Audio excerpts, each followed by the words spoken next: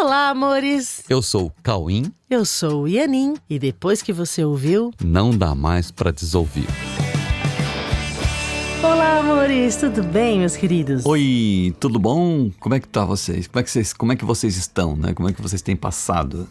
Lembra sempre de manter a energia lá em cima, hein? Vibração em alta, alegria, pra gente poder passar por essa situação que o mundo tá passando agora, ajudando a manter a energia em alta.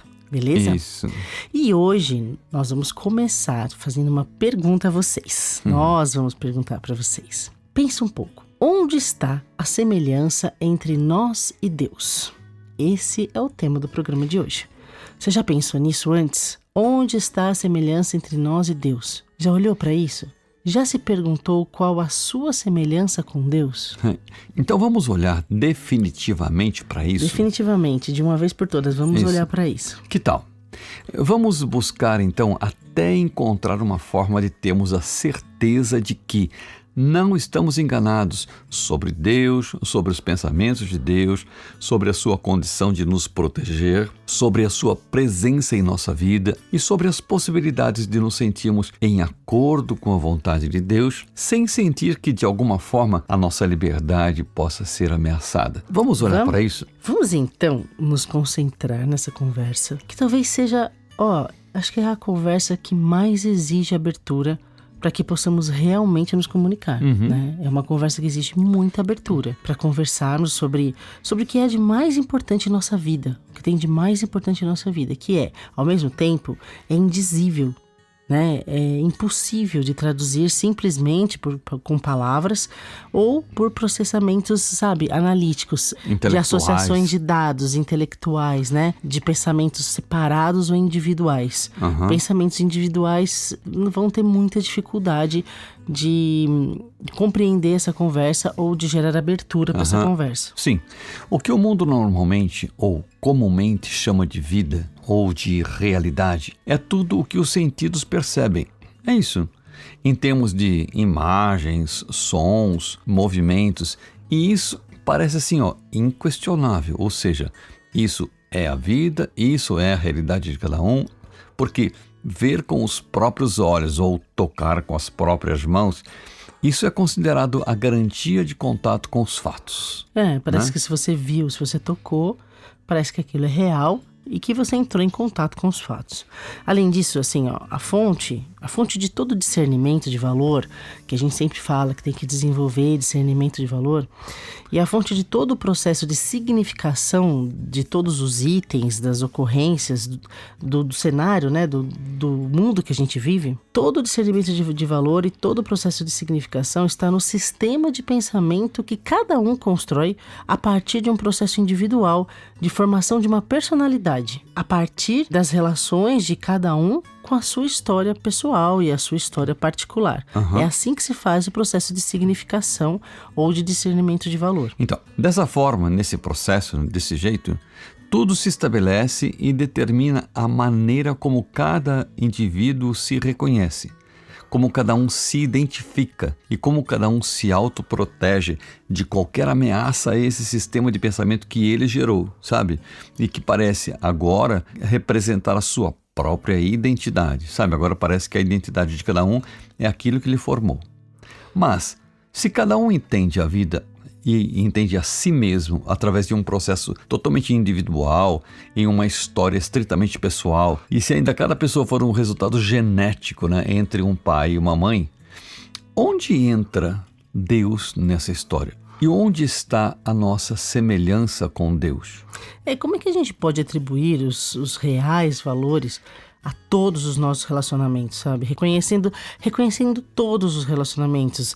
Pai, mãe, amigo, filho, marido, esposa, primos, parentes, enfim, colega de trabalho, etc, né? Como que a gente pode reconhecer todos esses relacionamentos por sua imprescindível importância em nossa vida? E ao mesmo tempo tornar muito nítida e realista a presença de Deus no meio dessas relações, dentro dos nossos dias, assim como a identificação indubitável desses atributos que nós herdamos de Deus, e esses atributos que nos fazem inegavelmente semelhantes ou iguais a Deus. Como é que a gente vai perceber isso nas relações e no dia a dia, sabe? Tipo assim, quando você faz qualquer coisa no seu dia, onde está Deus? Se você abre a torneira, por exemplo, porque você tem que lavar a mão, ou você tem que lavar uma louça, você abre a torneira, ou você tem que beber água. Onde está Deus nesse momento? Você pensa em Deus quando você abre a torneira?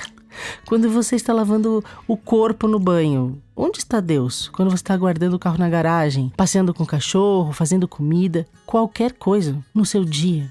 Onde está Deus quando você está fazendo as coisas do seu dia a dia? É isso. Então, nós precisamos, em algum momento, olhar definitivamente para o fato de que, de alguma forma, nós existimos. De alguma forma, nós existimos. E se existimos, isso é alguma coisa que já existe antes que possamos pensar em qualquer coisa. E essa existência tem um propósito. Antes que a gente pense em qualquer coisa, nós existimos. E essa existência tem um propósito que também antecede os nossos pensamentos a respeito, inclusive, desse propósito.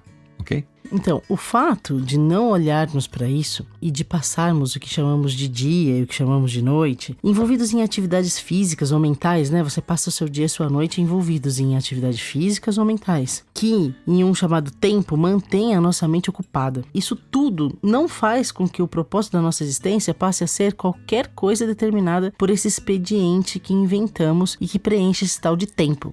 Parece que você chama de vida tudo esse expediente do dia, da noite, mas isso não faz com que o propósito da nossa existência passe a ser qualquer coisa desse tipo. Ficou claro isso? Então vamos.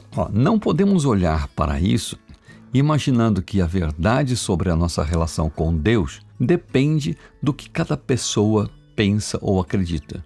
Não depende do que cada um pensa ou cada um acredita, conforme o seu histórico pessoal e as suas influências da sua formação, seja ela religiosa, cultural, acadêmica ou qualquer outra referência que jamais poderá ocupar o lugar da realidade. Porque a realidade simplesmente é o que é e que sempre foi e nunca vai deixar de ser. Não depende de nada disso, tá? Independente do quanto cada um se aproximou ou não da verdade sobre Deus e da sua criação, a verdade continua sendo a mesma, independente de quem teve contato com ela ou não. Sim, o fato é que há uma verdade que corresponde à realidade, que nos mostra que nós existimos, que nossos atributos reais independem da concordância ou da discordância de quem quer que seja sobre isso. E se há uma verdade sobre isso, nós precisamos ter contato com ela e adotá-la em nossos dias e noites, para que nós possamos eliminar qualquer conflito de identidade e toda a sensação de falta que sentimos quando nós estamos sem contato com os nossos reais atributos. Sim, porque se nossos reais atributos são a própria herança de Deus, nossa condição natural de existir tem que necessariamente possuir intrinsecamente nela mesma, a natural sensação de plenitude mesmo. Porque se assim é porque Deus assim provê. Se é assim, é porque Deus assim provê, por extensão de seus próprios atributos. Sim, a plenitude é uma sensação natural, intrínseca à condição de existir. Você, na sua existência, é absolutamente pleno, porque Deus assim o fez, ok? Deus provê assim. Nós temos, portanto, que restabelecer esse contato com Deus, se é que queremos realmente ser felizes e plenos. E tenham toda a certeza, nós todos queremos, mesmo não sabendo exatamente como alcançar isso. Todos nós queremos a felicidade e a plenitude. Sim, todos querem ser felizes, todos querem e plenos, todos buscam a plenitude e a felicidade, isso é indiscutível. E fica buscando no mundo uma maneira de preencher esse vazio, mas a sua plenitude está na sua existência. Ok? O fato é, nós existimos e isso sim é um fato irrefutável, porque independente do que nós pensamos, nós existimos para poder pensar, ok? Então, Deus existe e isso também é um fato. Isso é um fato. Nós existimos e Deus existe.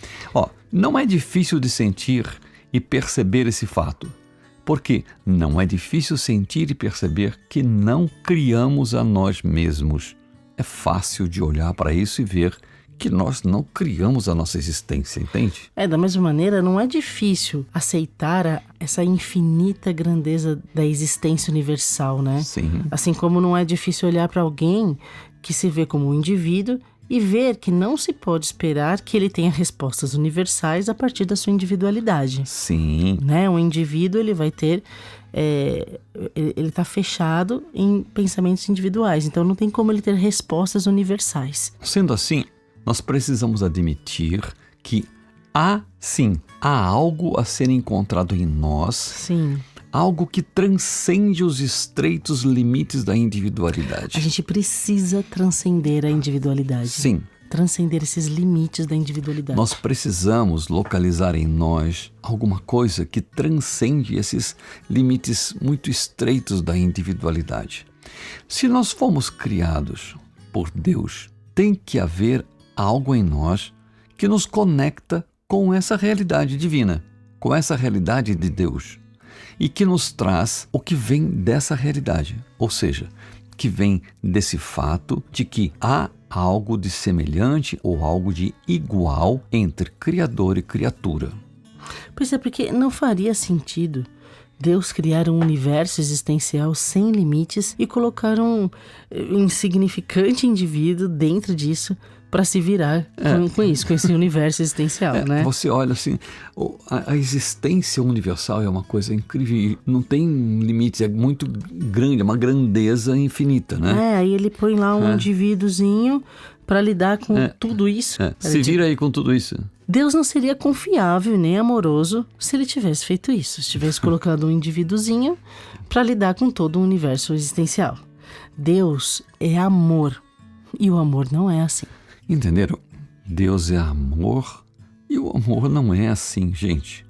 Deus criou a existência universal e criou o seu Filho com a mesma ilimitada grandeza, que é capaz de usufruir e de co-criar com Ele, co-criar com Deus, através do compartilhar dos mesmos ilimitados atributos que são oniscientes, onipotentes e onipresentes, em união com Deus, que, em estado de unidade absoluta, coexistem em perfeito estado de amor e perfeita paz eterna.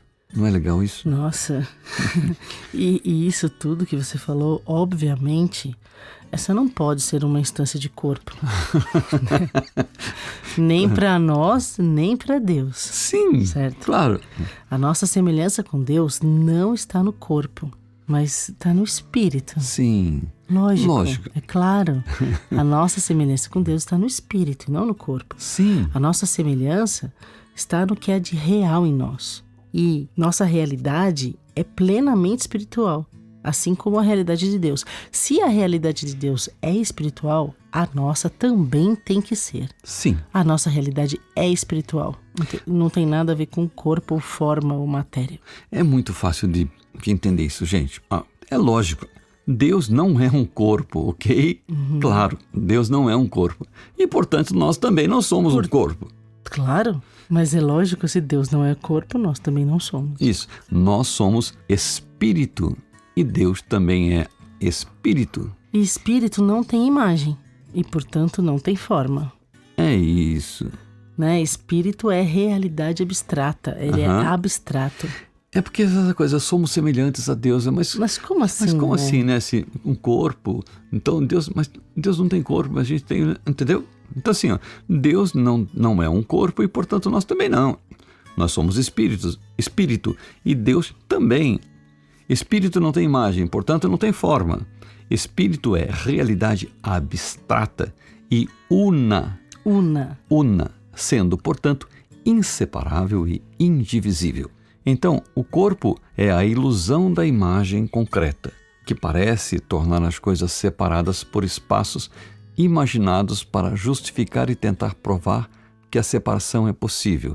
Você vê uma coisa, um espaço, outra coisa. Uma imagem, um espaço, outra imagem. Parece que as coisas estão todas separadas. Um corpo, um espaço, um outro corpo, né? Uma pessoa, um espaço vazio e outra pessoa. Parece que elas estão separadas porque parece que elas são esse corpo. Mas não são esse corpo, elas são espírito. E se espírito não tem imagem, não dá para saber onde termina uma coisa e começa a outra. É aí que nós encontramos a nossa unidade, e isso acontece também em relação a Deus. É aí que nós encontramos a nossa unidade e a nossa semelhança entre todos e com Deus. Entenderam? Então, a nossa semelhança com Deus tem que estar no que é real e não em ilusões, Isso, né? exatamente. Porque nós somos realmente iguais a Deus, semelhantes a Deus. E isso é a nossa realidade. Nós temos que nos acostumar que Deus é a nossa realidade. Nós somos reais, Deus é real e somos interligados em espírito. Sim. Então, a nossa semelhança com Deus está no espírito, né? E essa realidade do espírito é tão somente amor. Isso. É só amor. A nossa semelhança em Deus está no espírito, cuja realidade é só amor, tão somente amor. E essa é a nossa semelhança com Deus. Deus Isso. é amor e nós somos também. Isso. Deus é amor e nós também. Eis aí a nossa semelhança com Deus. Deus é amor e nós também. Também. Tá bom? Então, vamos viver assim, nessa semelhança com Deus, nesse amor em unidade com Deus e com todos. Amem-se, né? Pense nisso, leve Deus para todos os seus momentos, leve esse amor de Deus para onde você for e compartilhe isso com todas as com pessoas. todos. Queira que Deus esteja em todas as suas ações, em todas as suas tarefas, nos seus movimentos, nos seus relacionamentos. Pede para Deus, Deus, vem aqui ficar nesse abraço, vem aqui ficar nessa conversa. Deus, sabe, chama Deus para estar com você Sim. em todos os momentos, lembrando que a nossa semelhança é o amor que é em nós e em Deus. Que Deus esteja conosco e que Deus esteja nesse mundo, protegendo todas as pessoas e lembrando as pessoas que elas são apenas amor e que não há nada que mude isso. Isso é imutável e eterno. Ok? Amém. Então, Estamos em Deus, permanecemos em Deus. Tenha uma excelente semana com Deus. Sim. Nos seus dias, nas suas relações. Então, literalmente, fiquem com Deus. Literalmente. Amém. Beijos. Beijos.